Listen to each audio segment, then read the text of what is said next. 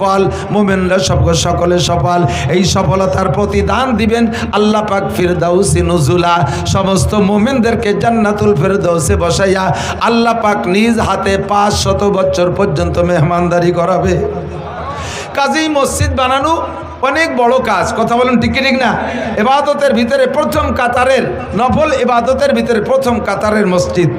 এই মসজিদটা বানাইয়া যদি তার গায়ে নেম প্লেট লিখে দেন, অমকের বেটা অমক এত সালে এত টাকা ব্যয়ে মসজিদ নির্মাণ করেছে, এত সুন্দর একটা কাজ।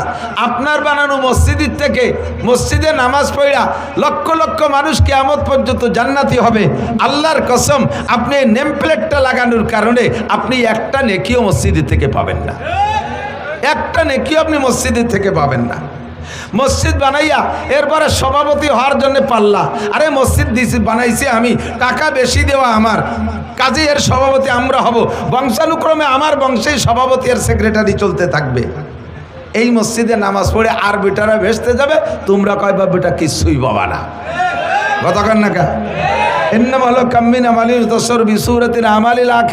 দেখতে 100% আখেরাতের কাজ, অথচ এর ভিতরে আখেরাতের কিচ্ছু নাই, সম্পূর্ণ দুনিয়া। এটা আপনি করেছেন শিরিক ফিল ইবাদত, অথচ আল্লাহ পাক রব্বুল আলামিন বলেন ইবাদত করবা তো ইবাদতের মধ্যে শিরিক করবা না। ওয়ালা ইউশরিক বিইবাদাতি রাব্বিহি আহাদা। প্রত্যেকটা ইবাদত হবে একমাত্র কার জন্য? আরে ভাই বলেন কার জন্য? নামাজ কার জন্য? রোজা কার জন্য? মসজিদ কার জন্য? আজকের দান করছেন কার জন্য? 2000 ইট দিয়েছি, 5000 ইট দিয়েছি, হুজুর ফাঁকের নাম কতি ভুলে গেছে, 100টে অনেক কয়জন কইছে, ওনার নামটা কই নাই। ওই পাশে যে মোহতান সাহেবের গলা চিপে ধরছে, ফিরে আবার যাই দেখিস তোর ইট দিয়ে কয় মাথা ফাটা বেলায় দেবো। বেটারা 2000 দেয়, তাকে নামে মার হবা, আর আমি 5000 দিচ্ছি, আমার নামে মার হওয়া নাই। আল্লাহকে ওরে মার থবা, একটা নেকিও পাবা না। তুমি 5000 ইট দিয়েছ কি জন্য? তোমার নামটা এলান হবে, তোমার নামটা জোরে সোরে মার হওয়ার সাথে বলা হবে। এ জায়গা মসজিদে ইট দিয়েও তুমি নেকি পাবা না। এর নাম শিরিক ফিল ইবাদত। কাজ করে সেখান থেকে মানুষের কাছ থেকে প্রশংসার লোভ করা, ভালো কাজ করে ধর্মের কাজ করে মানুষের কাছে প্রশংসার লোভ করা, এর নাম হলো শিরিক ফিল ইবাদত। চাচা আপনি তো আগে নামাজ পড়তেন না, এখন যে ভালোই নামাজ পড়েন। আর কত কালে নামাজ না পড়ে উপায় আছে, বাড়ি ভিটিকে জ্বালায়, তিকার কায়দা নাই, সেই বাড়ি থারি কায়দা নাই, মসজিদে না আইছে উপায় নাই, এই জন্যই দায় ঠেয়ে মসজিদ দিয়েছে। এই হলো ইবাদত। আপনি তো আগে দাড়ি রাখতেন না, এখন যে দাড়ি রাখেন, কয় যে দাড়ি না রাখলে মানসি কি কয় বুড়ো বয়সে। তাহলে যে দাড়ি রাখছেন, এ দাড়ি কার জন্য? রসুলের জন্য, আল্লাহর জন্য না মানুষের মুখ বন্ধ করার জন্য? এই দাড়ি রাখা হয়ে যাবে আপনার খাইজনি চুলকনি জাত, আপনি খাইজতি থাকবেন দাড়ি রাখলে বলে খাইজুয়ে। তে দাড়ি রাখার খাইজনি চুলকনি আপনি খাইজবেন চুলকবেন, অথচ নেকি পাবেন না। কারণ এই দাড়ি আপনি আল্লাহ রসুলের জন্য রাখেন নাই, সুন্নতের মোহাব্বতে রাখেন নাই, এটা রাখছেন মানসি কি কবে সেই কথা ঠেকানোর জন্যে। আব্বা মারা গেলে 5টা গরু জবাই দিয়ে 5000 মানুষকে খাওয়াই দেয়া, এ কাজটা গুনাহ না নেকি? 5টা গরু জবাই দিয়ে খাওয়াই দিলি গুনাহ। আমার আব্বা মারা গেছে, আমার তৌফিক আছে, আমি 5 লাখ টাকা দিয়ে 5টা গরু কিনে জবাই দিয়ে মানুষকে খাওয়াই দেবো, তা এটা গুনার কেস? এটা তো 100% নেকি, কোনো গুনাহ নাই, সাবধান। তবে 4 দিনের দিন করতে হবে, আর 10 দিনের দিন করতে হবে, আর 40 দিনের দিন করতে হবে, আর বাপের মৃত্যুবার্ষিকী টার্গেট করে সেই দিন করতে হবে, এইটা গুনাহ। আপনি এনি টাইম এভরিডে যে কোনো দিন আপনি করে দিতে পারেন, মানুষকে খাওয়াইলে নেকি হয়। হযরত উসমান রাদিয়াল্লাহু তাআলা আনহু বলেন, হুব্বিবা ইলাইয়া মিনাদ দুনিয়া সালাস, দুনিয়ার 3টে জিনিস আমার ভালো লাগে। উসমান বলেন 3টে জিনিস আমার ভালো লাগে। 1 নম্বরে ইতআমুল জিয়ান, ক্ষুধার্তকে খানা খাওয়াইতে আমার ভালো লাগে, ক্ষুধার্তকে খানা খাওয়াইতে ভালো লাগে।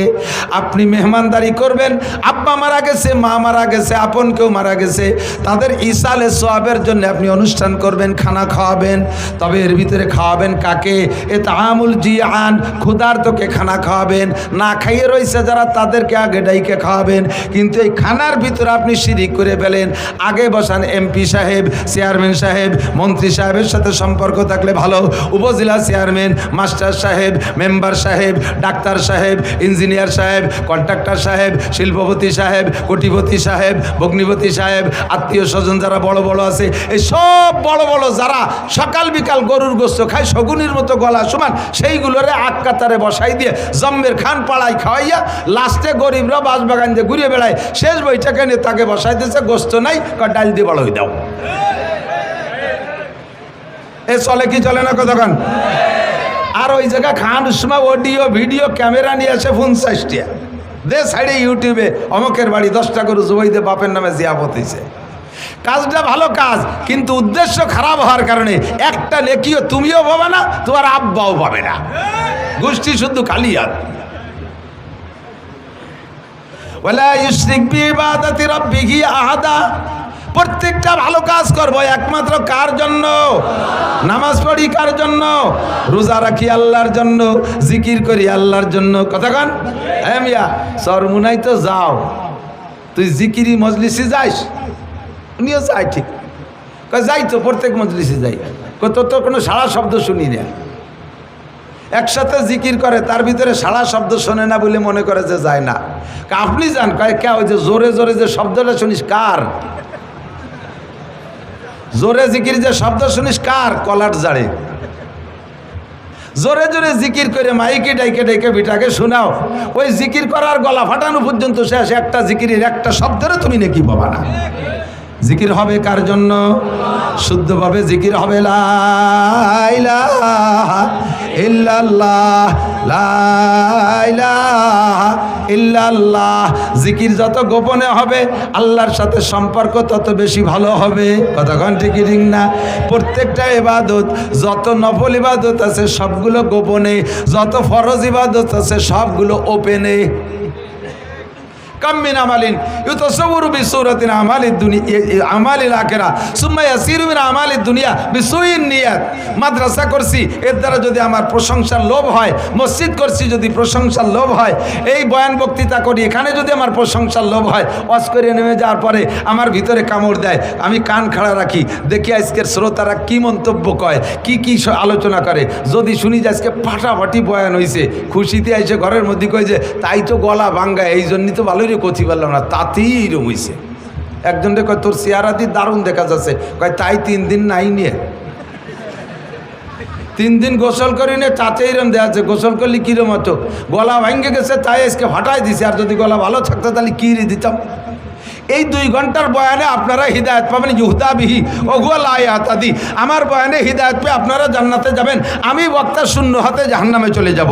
যদি কোনো আলেম তালবি আলিম মাদ্রাসার ছাত্ররা এই উদ্দেশ্যে পড়ে যে আল্লাহু আকবার, বর্তমান জামানায় উলামায়ে কিরামদের তো ভালো ইনকাম, ফার্স্ট ক্লাস ইনকাম হলো ওয়াজের ব্যবসা, বড় বড় মোটা মোটা ইনকাম এর ভিতর দিয়ে আসতেছে। হাফিজুর রহমান এক মাহফিলে 1 লাখ 1.5 লাখ, মিজানুর রহমান কি বলা হয় আজহারি 2 লাখ 2.5 লাখ 3 লাখ, এরপরে আব্দুল খালেক শরীয়তপুরি, তারপরে ইলিয়াসুর রহমান জিয়াদি, আরও যারা আছে সবাই মোটা টাকা কামাই করে। কোনো মতে টানি টুনি 5টা করতে পারলি ওয়াজ করে ব্যবসায় রেখেই বাঁচতে পারবো। তোমার ওয়াজও হবে, তোমার ওয়াজে মানুষ হিদায়ত পাবে, তারা আমল করে জান্নাতে যাবে, আর তোমার এই পয়সা কামাই করা পর্যন্ত শেষ, আখিরাতে তুমি কিচ্ছুই পাবা না। কাম মিন আমালি ইউতাসাওয়ারু বিসূরাতিন আমালিল আখিরা। দেখতে আখিরাতের কাজ, অথচ তার পিছনে নিয়ত খারাপ হওয়ার কারণে আমি আলেম হইতেছি, পীর হব, দেশের মানুষ আমার কাছে মুরিদ হবে। পীর ব্যবসাটা বড় সহজ ব্যবসা। আরে আমরা বক্তারা 2 ঘন্টা আমরা খাইতে এই কামাই করি, ফাঁকি দিয়ে টাকি ধরিয়ে নিয়ে যাই না। ওই ফ্যান চলতেছে উপরে, তারপরে ঘামিয়ে যাচ্ছি, 2 ঘন্টা খাইটে পিঠে গলা ফাটাইয়ে তারপরে কয়টা টাকা দেয়। আর পীরগে ব্যবসা কি কায়দা, সহজে বসে থায়ে জায়গায় বসে মুরিদরা মুসাফা করিয়ে বস্তা বইটে ডেলি দিয়ে চলে যায়। আমি যদি হুজুর হতে পারি বড় পীর হব, পীরও হবা হুজুরও হবা, তোমার কাছ থেকে মানুষে মুরিদ হইয়া আমল করে তারা জান্নাতে যাবে। তোমার ওই হাদি একা পর্যন্ত শেষ, তুমি এর দ্বারা আখিরাতে কিচ্ছুই পাবা না। কথা বলেন ঠিক ঠিক না? কাম মিন আমালিন ইউতাসাওয়ারু বিসূরাতিন আমালিল আখিরা সুম্মা ইয়াসিরু মিন আমালিদ দুনিয়া বিসুইন নিয়াত। এই জন্য নবী পাক হাদিস বলেন, আর বুখারী শরীফের একেবারে প্রথম হাদিস, ইন্নামাল আমালু বিন্নিয়াত। প্রত্যেকটা কাজ নির্ভর করে নিয়তের উপরে। আল্লাহ তাআলা আমাদের আজকের মাহফিলের ভিতরও নিয়তটা সহি করা তৌফিক দান করে, বলেন আমিন। বেশি কথা বলবো না, যে কটা বলবো সে কটা মনে রাখার চেষ্টা করবেন। কিছু পুরনো আজ নিয়ে আসছি, কারণ সময় সাপেক্ষে কোরআন হাদিস তো আল্লাহ পাক আল্লাহ রসুল এমনভাবে সাজাইছে যা 1500 বছর আগেও চলতো, আর লক্ষ বছর পরেও যদি দুনিয়া থাকে তাহলে একইভাবে কোরআন হাদিস প্রযোজ্য হবে। কথা বলুন, ঠিক না? চলবে কি চলবে না? তো এক এক সময় বলতাম, গতানুগতিকভাবে বলে গেছি। বর্তমান প্রেক্ষাপটে এসব কথাগুলো আমাদের সামনে, চোখের সামনে চলে আসছে। আজকে দুনিয়া আছে না নাই? বাংলাদেশ আছে না নাই? পৃথিবী আছে না নাই? এই পৃথিবী একদিন থাকবে না, এ ঘটনা সত্য না মিথ্যা? কিয়ামত হবে কি হবে না? ধ্বংস হবে না? কিয়ামত 3 প্রকার। একটা হলো কিয়ামতে সুগরা, আর একটা কিয়ামতে উস্তা, আর একটা কিয়ামতে কুবরা। একটা হলো পার্সোনাল কিয়ামত, আর একটা হলো জাতিগোষ্ঠীর কিয়ামত, আর একটা হলো আন্তর্জাতিক কিয়ামত। এই তিনটা কিয়ামতে ইজা ওয়াকাতিল ওয়াকিয়া লাইসালি ওয়াকাতিয়া কাযিবা। কোরআনে সূরা ওয়াকিয়ার ভিতরে আল্লাহ পাক বলেন এই 3টে ঘটনা ঘটবে, তিনটাই ঘটবে, আর তিনটা ঘটার মধ্যে কোনো সন্দেহ নাই। পার্সোনাল কিয়ামত হলো মাম্মাতা কদ কামাত কিয়ামাতুহু ক্বালা রাসূলুল্লাহ সাল্লাল্লাহু আলাইহি ওয়াসাল্লাম। নবী পাক বলেন যে যেদিন মারা গেল তার কিয়ামত সেদিন হয়ে গেল। তার কিয়ামত সেদিন, যে যেদিন মারা গেল তার কিয়ামত হয়ে গেল। ওই আন্তর্জাতিক কিয়ামত আমরা দেখব না। সারা দুনিয়া যে ধ্বংস হবে ওইটা হলো ইন্টারন্যাশনাল কিয়ামত। আন্তর্জাতিক কিয়ামত, এই কিয়ামত এ জায়গা যারা বসা আছেন, আমি কসম খেয়ে বলি, এ জায়গা যারা বসা আছেন 6, 5, 2, 4 বছরে পোলাপান থেকে নিয়ে 70, 80 বছরে বুড়ো যারা আছেন, আমরা এখানে কেউ সেই আন্তর্জাতিক কিয়ামত দেখব না। সে সময় আমরা দুনিয়ায় থাকবো না। ওটা দেখবে ওই সময় যারা দুনিয়ায় থাকবে তারা। কথা কন? আর অবশ্যই এখন যারা আছি তারা অত হায়াত পাবো না। বলেন যে যদি আগামী শুক্রবারে কিয়ামত হয় তাহলে পাবো না কেন? মানে অত গুড় আইসর না। আগামী শুক্রবারে কিয়ামত হবে না, কিয়ামত হবে মুহররমের 10 তারিখ। কয় তারিখ?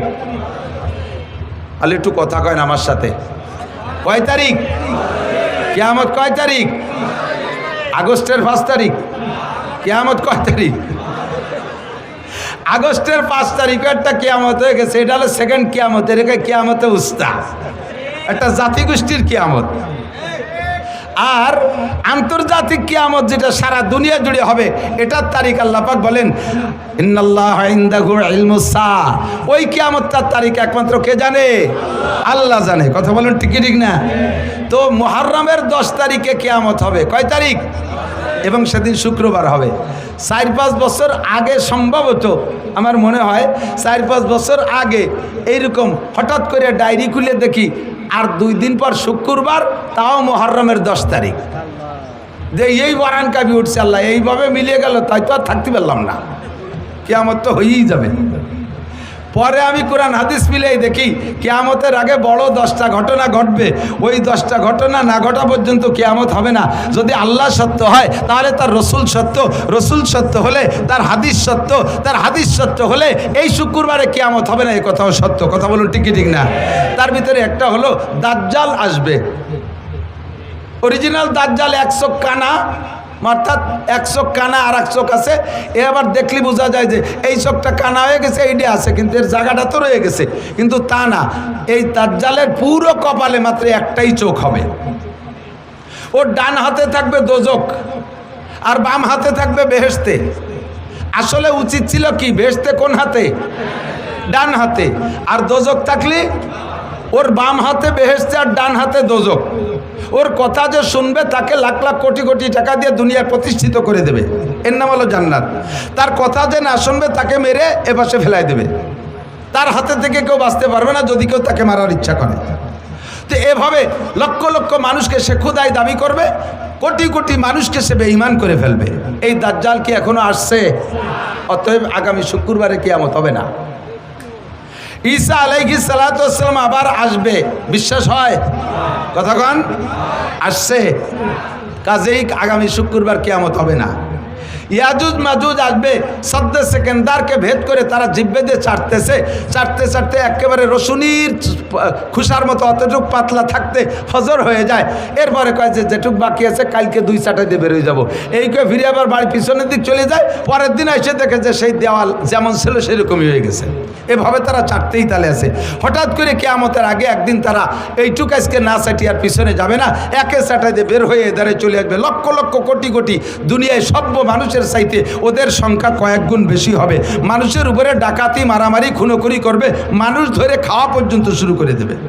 কয়েকদিন পর্যন্ত সারা দুনিয়া এভাবে অরাজকতা সৃষ্টি করার পরে আল্লাহর পক্ষ থেকে বিশাল একটা বৃষ্টি আসবে। ওই বৃষ্টিতে ওরা সব ধ্বংস হইয়া সাগরে ভেসে চলে যাবে। এ ঘটনা কি ঘটছে? অতএব আগামী শুক্রবারে কিয়ামত হবে না, ভয় নেই। দাব্বাতুল আরদ, একটা প্রাণী আসবে, তার 4টে পা আছে, আবার 2টে হাত আছে। প্রাণীটা এত বড়, সে মাটিতে বসলে 1.5 বিঘে জায়গা লাগবে। কটুক আপনার সমান হবে না? মাটিতে বসলে 1.5 বিঘে জায়গা লাগবে। এত বড় প্রাণী। ডান হাতে থাকবে মুসা আলাইহিস সালামের লাঠি, বাম হাতে থাকবে সুলাইমান আলাইহিস সালামের আংটি।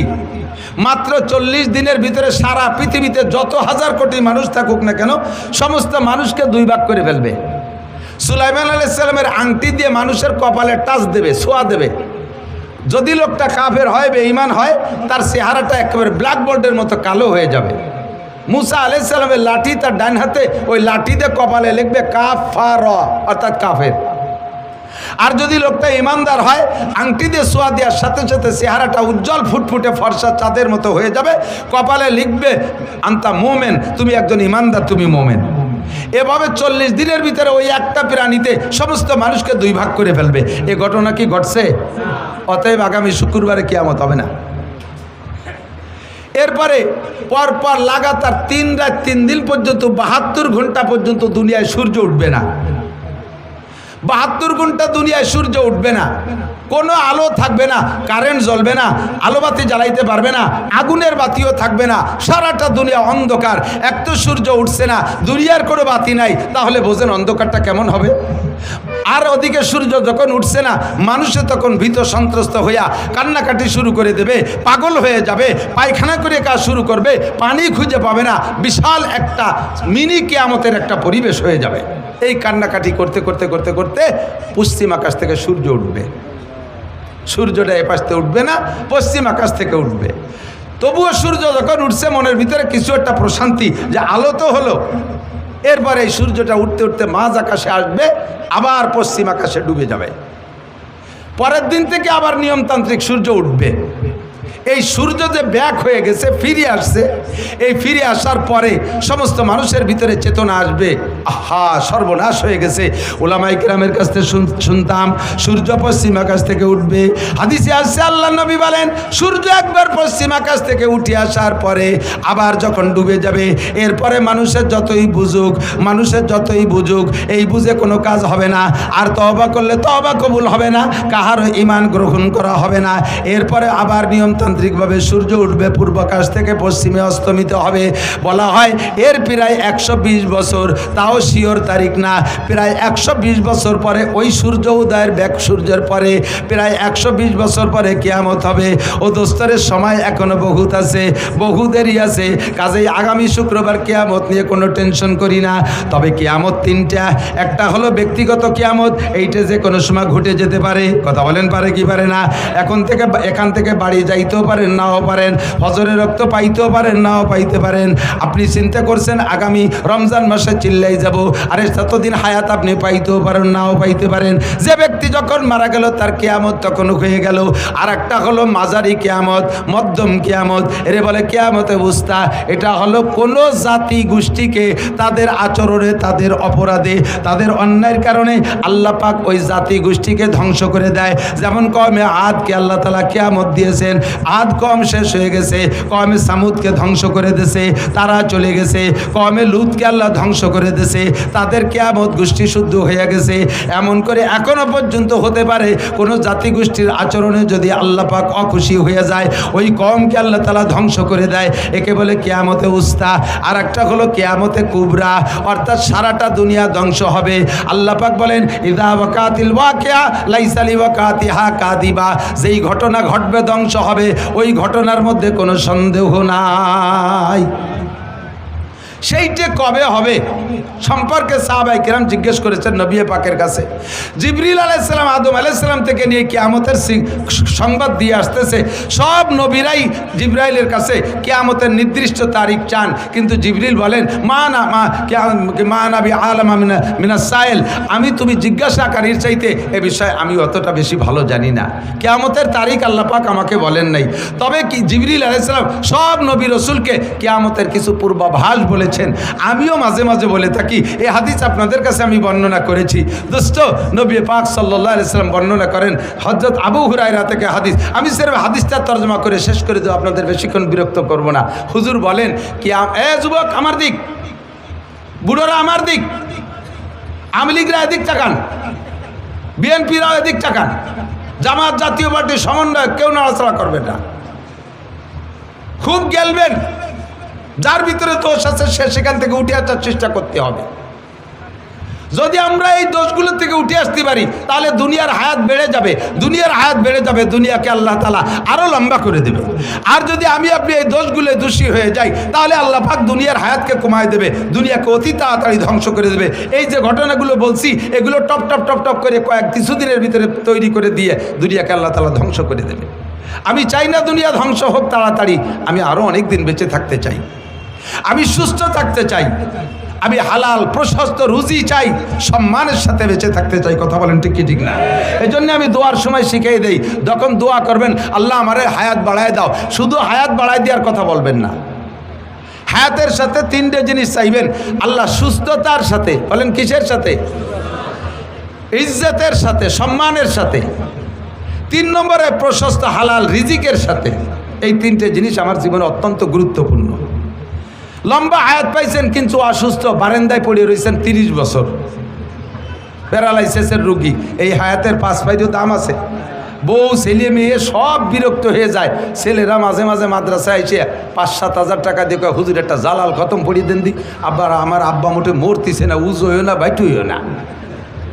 ছেলে মেয়ে বিরক্ত হয়ে যায়, বুড়ি খালি কয় তোরা একটা জালালি খতম পড়া দিতে পারিস রে, এই কাইসিয়ে পাই দিয়ে আগিয়ে মুইতে তো বিছেন পাটি সব নষ্ট করে ফেলাই দিল, বুড়োর জ্বালায় রাত্রি ঘুমানোর কায়দা নেই। তাহলে এই 30 বছর হায়াতের 5 পাইরও দাম। সুস্থতার সাথে হায়াত চাই, সুস্থতা পাইছি কিন্তু এমন আকাম করছি যে রাস্তায় বেরোনোর কায়দা নাই। রাস্তায় যাওয়ার সাথে সাথে এই যে সেই মালেক মোল্লা, কেউ মালেক মোল্লা থাকলে তারা এবার খেপাই নিয়ে বেড়েন, আমি তো টুও কই। এই যে সেই জামাল, কোন জামাল? এই অর্থে বস্তাখানিক পেয়ে দিল। মুখের সামনে চোখের সামনে যদি এগুলো বলে দেয় তাহলে আর রাস্তায় হাঁটা যায় না। কথা বলেন ঠিক না? ও আল্লাহু আকবার। আমি হযরত ওমর ইবনে খাত্তাব রাদিয়াল্লাহু তাআলা একটা হাদিস শুনেছি ছোটবেলা মার কাছে।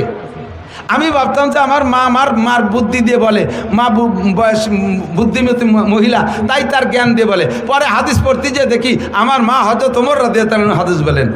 মা আমাকে আমি যখন একটু বড় হয়ে উঠছি, মা আমারে নসিহত করে, কয় বাবা এই যুবক আমার দিক তাকাও, রাতের বেলা এমন কাম করবা না যাতে দিনের বেলা মানুষের সামনে মুখ দেখাইতে লজ্জা হয়। ছোট্ট নসিহত মনে রাখবা, রাতের বেলা এমন কাম করবা না যাতে দিনের বেলা মানুষের সামনে মুখ দেখাইতে লজ্জা হয়। আবার দিনের বেলা এমন কাম করবা না যাতে রাতে তোমার ঘুমের ক্ষতি হয়, রাতে তোমার ঘুমের ক্ষতি হয়। দুইটা কথার ভিতরে বিশাল ব্যাখ্যা। এই দুইটা কাজ থেকে তুমি ফিরে থাকো। রাস্তাঘাটে বের হইতে গেলে যাতে ইজ্জতের সাথে, মানুষের সম্মানের সাথে আহ্বান করে, সালাম দিয়ে দৌড়ে আসে, মুসাফা করার জন্য ব্যস্ত হয়ে যায়, এমন একটা সম্মানী জিন্দেগি চাই। তিন নম্বরে অভাবের কারণে ঈমান নষ্ট হয়ে যায়। এই জন্য প্রশস্ত হালাল রুজি চাই, প্রশস্ত হালাল রুজি চাই, লম্বা হায়াত ইজ্জতের সাথে প্রশস্ত হালাল রুজি আল্লাহ পাক আমাদের সকলকে নসিব করে। জোরে বলেন আমিন। আল্লাহ যেন বেইজ্জতি জিন্দেগি না দেয়, সবাইরে হায়াতে তৈবা বাড়ায় দেয়, বলেন আমিন। তবে আমাকে দুনিয়ায় হায়াত নিয়ে থাকতে হলে তো দুনিয়া থাকা লাগবে। দুনিয়া যদি ধ্বংস হয়ে যায় তাহলে আমি থাকবো না। এবার দুনিয়া থাকবে কতদিন? দিন থাকবে যতদিন। বলেন দুনিয়া থাকবে কতদিন? দুনিয়া থাকবে কতদিন? দিন থাকবে যতদিন। প্রমাণ কলা রাসূলুল্লাহ সাল্লাল্লাহু আলাইহি ওয়াসাল্লাম, হুজুর বলেন লা তাকুমু সাআতু হাত্তা ইউকালা ফিল আরদি আল্লাহ আল্লাহ। জমিন অতদিন ধ্বংস হবে না, কিয়ামত ততদিন হবে না যতদিন জমিনের ভিতরে একটা মানুষ থাকবে আল্লাহ বলনেওয়ালা। বলেন না সুবহানাল্লাহ। এ ভাই, বর্তমানে দুনিয়া আছে না নাই?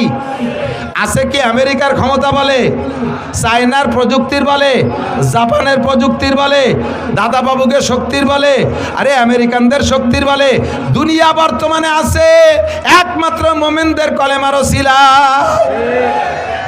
দুনিয়া যখন একেবারে শেষ প্রান্তে চলে যাবে, ওই সূর্য পশ্চিম আকাশ থেকে উদয়ের পরে দুনিয়ায় কোনো ইমানদার থাকবে না।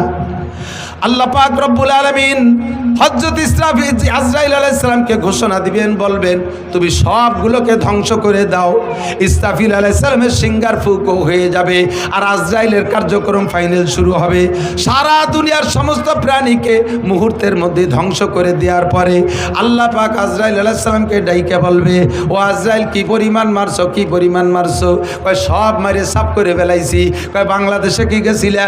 বাঙালিরা তো আপদ বিপদে ভালো জায়গা বলাই থাকতে পারে, ও জায়গা দুই একটা বার থাইকে গেল নাকি? কয় আল্লাহ না, সব সাফ করে ফেলাইছি। এবার কয় আল আনমা বাকিয়া, সবাই রে মারার পরে আর আছে কে কে? আজরাইলকে আল্লাহ জিজ্ঞেস করবে, সব মারছো, গরু ছাগল দানব মানব সব শেষ করছো, এখন আছে কে? কয় যে আল্লাহ এখন আছি আমরা 13 জন আছি। নাহনু সালাসা আশার, আমরা 13 জন আছি। কয় কেডা কেডা বলো? কয় আমরা ফেরেশতা বড় 4 জন, জিবরাইল, মিকাইল, ইসরাফিল, আজরাইল, এই 4 জন আছি। ও আনতার তুমি, ও হামেলাতুল আরশ, আর আরশ বহনকারী 8 জন, 8 আর 12 আর তুমি সহ 13, এই 13 জন আছি। আল্লাহ পাক বলবেন আর সব সাফ? বলে জি সব সাফ। কয় তাহলে বড় 3 জনের জান আগে বের করে দাও। জিবরাইল, মিকাইল, ইসরাফিলের জান দাও। ইসরাফিল আলাইহিস সালামের সিঙ্গার বুকে দুনিয়া ধ্বংস হয়ে যাওয়ার পরে এরপরে এই বড় 3 জনের জান আজরাইল আলাইহিস সালাম 3 জনের জান দিয়ে আল্লাহর কাছে জমা দিয়ে দেবেন। এরপরে আল্লাহ জিজ্ঞেস করবে আল আনমা বাকিয়া, এখন কয়জন আছে? কয় যে এখন আছে আমরা 10 জন। নাহনু আশারা, আমরা 10 জন। হামেলাতুল আরশ, আরশ বহনকারী 8 জন, আনতা ওয়া আনা, তুমি আর আমি, এই 10 জন আছি। আল্লাহ পাক বলবেন আরশ বহনকারী 8 জনের জানও বের করে আমার কাছে জমা দাও। যখন বলবে আরশ বহনকারী, যেই আরশ উঁচু করে রাখছে যেই 8 জনে, ওই 8 জনের জান নিতে কইলে আজরাইল আলাইহিস সালাম একটু ইতস্তত বোধ করে বলবেন, আল্লাহ এই 8 জন তো তোমার আরশ উঁচু করে রাখছে, এদেরকে যদি মেরে দেই তাহলে তো আরশ ছেড়ে দেবে, তোমার আরশ তো নিচেই পড়ে যাবে। তাহলে এই 8 জনের বাদ দিয়ে আর সবাইরে তো সাফ করে দিছি, এ পর্যন্ত থাকলে কেমন হয়?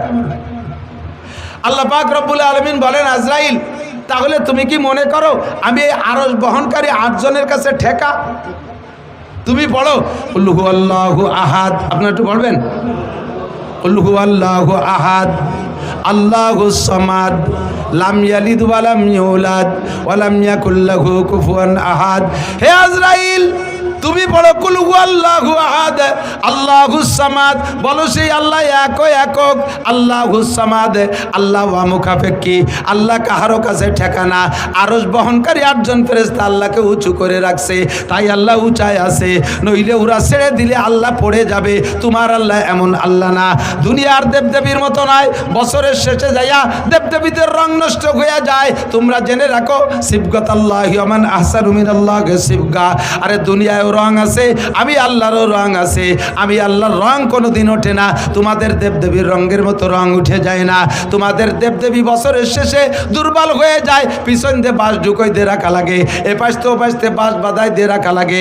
আমি আল্লাহ পাককে দুর্বল মনে করো না, আমাকে ওভাবে আরশ বহনকারী 8 জন ফেরেশতা উঁচু করে রাখা লাগে না। আমি আল্লাহ তাআলা নিজ অবস্থানে থাকতে পারি। কথা বলুন ঠিক কি ঠিক না? বলতে চাই না বাংলাদেশ আমরা কয়েক জাতির দেশ, মুসলমান হিন্দু বৌদ্ধ খ্রিস্টান আমরা মিলে মিশে আছি মহাব্বতের সাথে।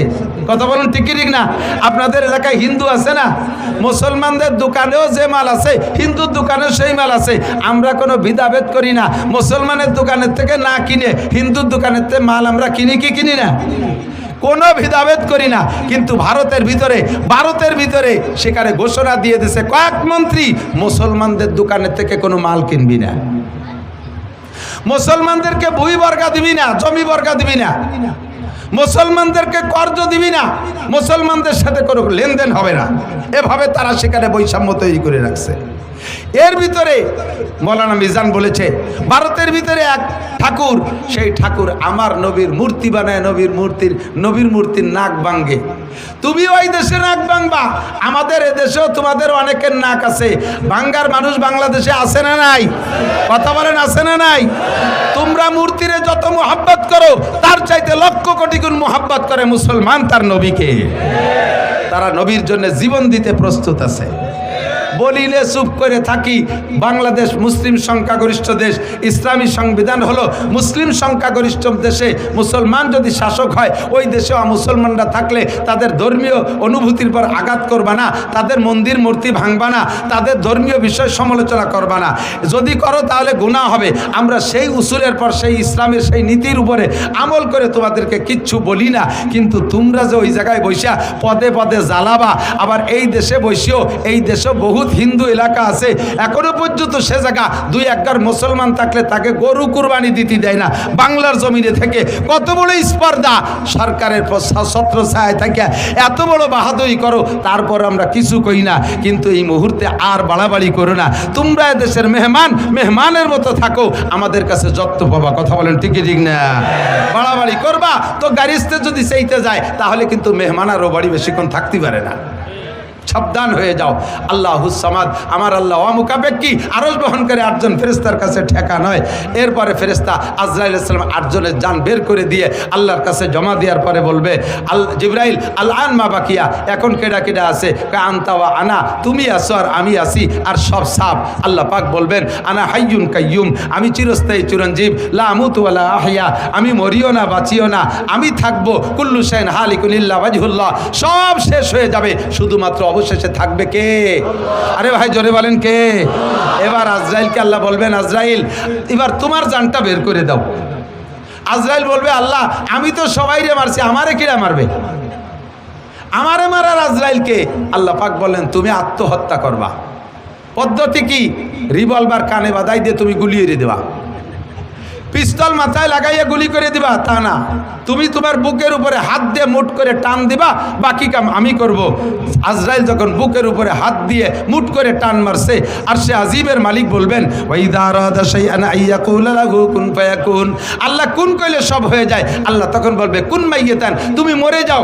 আজরাইলের মুঠের ভিতরে তার জানটা বেরিয়ে আসবে, আর এত জোরে একটা চিৎকার মারবে জান বেরোনোর সময় আজরাইল। ওই সময় যদি পৃথিবীর সমস্ত প্রাণীও থাকতো, আজরাইলের মুখের আওয়াজে সকলে কলিজা ফাইটা মারা যাইত। কিয়ামত শেষ, এটা হলো আন্তর্জাতিক কিয়ামত। এই ঘটনা ঘটার আগে কিছু সিগন্যাল আসবে। নবী পাক বলেন, সিগন্যাল কয়টা মুখস্থ করাই দেই, এই কয়টা শুনে চলে যাবেন, এই কয়টা শুনে মুখস্থ করে চলে যাবেন। হুজুর বলেন, দিক তাকান, কিয়ামত আসছে, এই মূল বড় বড় ঘটনা ঘটবে। তার আগে কিছু ছোট ঘটনা। 1 নম্বর ঘটনা হলো ইজাত্তু কিজাল ফাই উদাওয়ালা। যখন দেখবা মানুষে মুসলমানরা যুদ্ধে বিজয়ী সম্পদ, যুদ্ধে বিজয়ী দেশ, যুদ্ধে স্বাধীন করা দেশ নিয়ে 2 দলে কামড়াকামড়ি করবে, প্রত্যেকে বলবে এটা আমরা স্বাধীন করেছি, এটা আমাদের সম্পত্তি।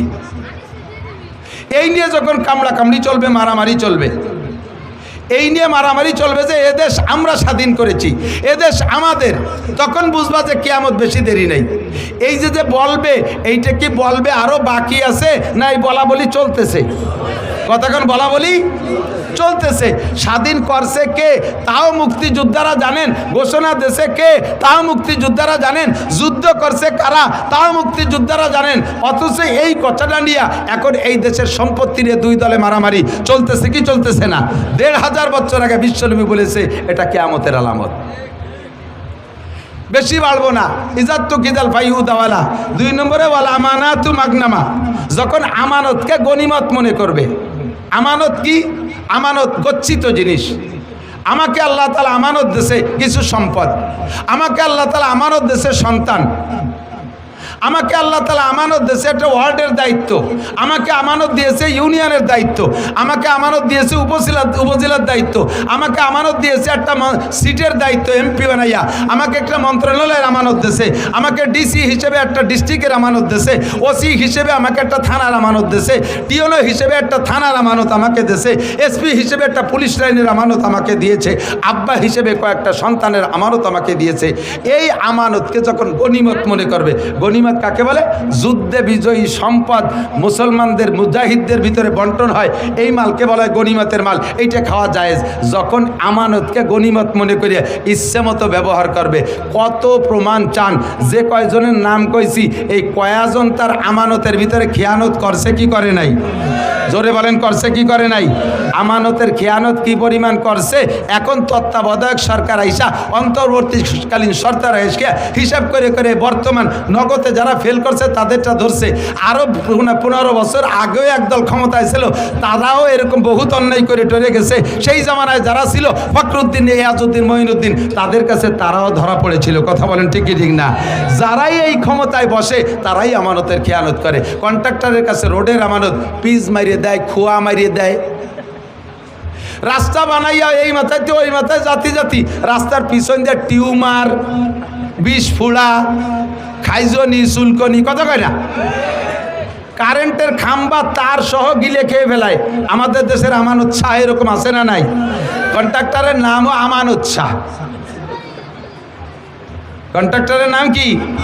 আমানত শাহ। খেয়ানত শাহ হয়ে গেছে। বিজিএফ কার্ড বিক্রি করে টাকা খায়, পঙ্গু ভাতা বিক্রি করে টাকা খায়। এই জাতীয় মেম্বার চেয়ারম্যান তো বাংলাদেশে জন্ম নেয় নাই। কথা কয় না? ও দোস্ত, হজে যাইয়া কুরবানি করে আসি। যারা হজে গেছেন হাজি সাহেবরা, এলাকার বহু হাজি আমি ওখানে দেখেছি। এই এলাকার মানুষের পয়সা আছে, ছেলেরা বিদেশ থেকে বাপরে হজ উমরা করায়।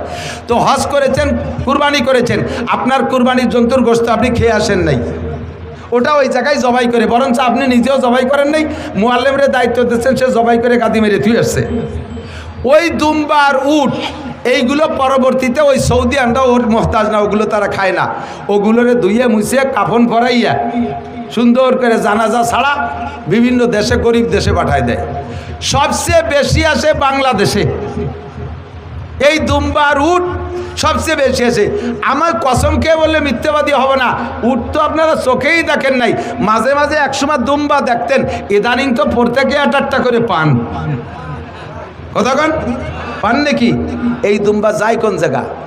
নিতান্ত গরিব, অসহায়, এতিম, বাপ নাই মা নাই, 70 বছর আগে আব্বা মা মারা গেছে, উনি এখন শিল্পপতি, কোটিপতি, বড় বড় ইত্যাদি। ঘরের ভিতরে কবর একটা বানায় এনেছে, বিশাল কবর, লম্বা ডিপ ফ্রিজ, বস্তা ভরে তার ভিতরে নিয়ে সারা বছর কুরবানির গোশত দিয়া উনি বরকত হাসিল করে। আছে না নাই?